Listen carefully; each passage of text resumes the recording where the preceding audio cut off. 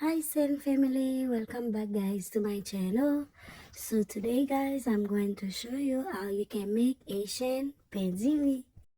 Bienvenue sur channel moi, j'en ai regardé aujourd'hui à nous pour faire Diri.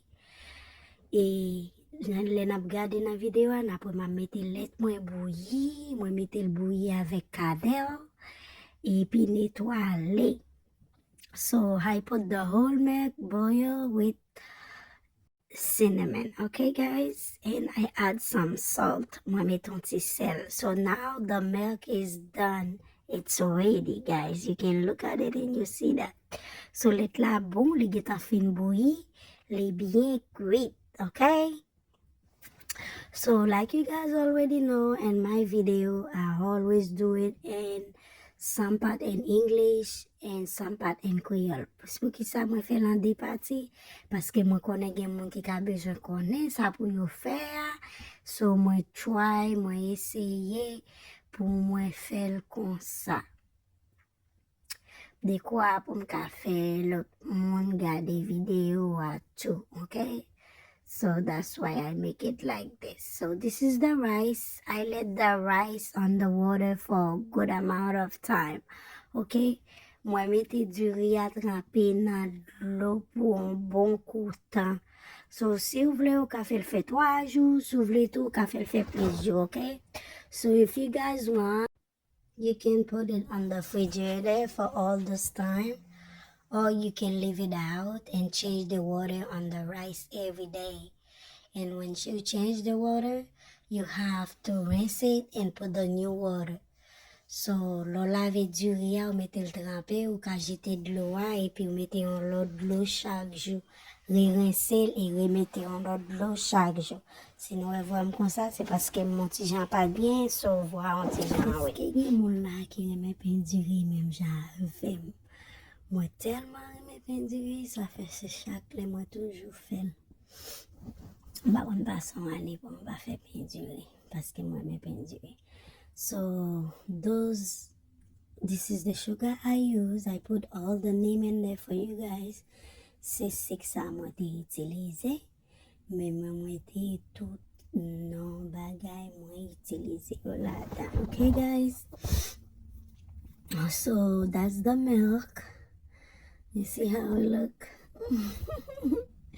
So c'est let la sa nou e janye, li vraiment pues. It look like a Haitian milk. Because it's boiled perfectly. Okay guys, this is salt. Moi ajoute un petit sel là-dedans.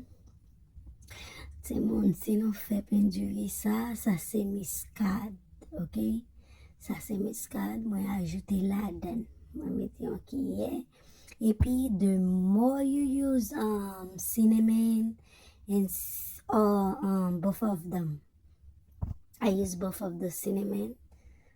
So the more you use them, the more it's gonna taste good. Please, cannelle ou mette, c'est pigou la pigou, cannelle la va fon rien. Okay? So moi utilise un pile cannelle là-dedans. Et puis moi mette muscade là. Okay?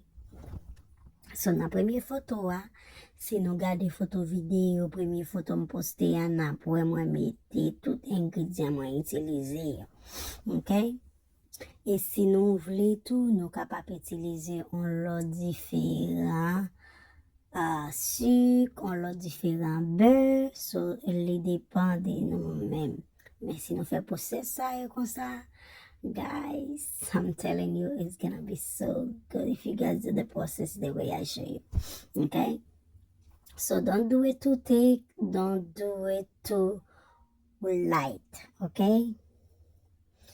Parce qu'on pas vle pour trop presse ou pas vle pour trop l'eau. Okay? So this all guys, okay? So c'est tout ça moi t'ai utilisé. Ça c'est beurre, moi mette le fond. Okay? Moi vider le fond et puis moi vider le lampin. Mais gen moun qui dit ou pas obligé fondre ou ka mette li sans fondre tout. Même moi-même habitué faire comme ça, moi faire comme ça. But souvle ou ka just mette be à la dedans comme ça. Mais moi-même pas faire comme ça, moi me fondre avant la gueule, OK?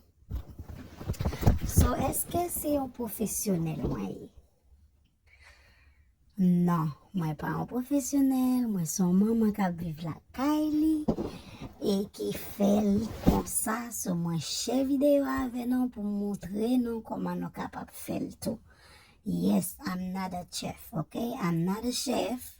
I don't know all those measurements, all those stuff. I just use the ingredient with my heart, okay? I'm not a chef, guys. I just use it like that, okay? So, mwen pa un chef ki kon fè manje jan tout moun yo di yo gen mezur, bagay sa yo mwen itilize yo akè, epi mwen fè li. Vous comprenez? So, c'est ça me fait la caille. Moi, just partager la venon pour nous comprendre. And then, I like to make it hot. So, ça me fait, moi, te fini, blender tout, et puis avant de faire ça, so qu'on y est, moi, mette l'on chaudier pour moi faire le dit. Pour qui ça me pas mettre là bas fou avant? Parce que moi-même, pareil, je fais expérience, ça me pareil, so plutôt faire comme ça. Because when I was in Haiti, they always do the pain just like the way I do it. They always make sure it get hard first before they put fire on the top, fire on the bottom, you know? So this is how they do it when I was in Haiti. So me, I try to do it the same way. So before I put it on the oven, so I make sure I make it hard first, okay? So c'est comme ça, on te kon fè la caille, c'est comme ça me fait tout. Na pouè même nan mat la, mwen pat gen mat ki mwen, pa fò kon jwen ni non store, ba le repete non store telman toto. Mais mwen ka jwen ni non lot som pat gen tal achete, som te achete siret rouge blanc, but ki predi men fè the same thing, okay? So, c'est payant, mwen range l bien range, sinon wè on men rouge, ça c'est frère mwen. Ki te ede mwen. Yon brasel pou mwen, log yon ti helper li good. Mwen li di mwen fè pendi yon, yon vil pase vin ba mon kote men. So, kode moun yo, se le goûter. Goûter pou wè. So it's always good to taste and see what you're missing, what you need to add a little bit more. But I didn't add no more cinnamon, no more those that. The amount I put on each blender was enough. But I add more vanilla. I add more sugar because the sugar was too small. So I add a little bit more sugar. And then that was all. You see? I'm telling you guys, even my brother was eating it over there. I didn't even finish cooking. Même femme nan si tap manje pen.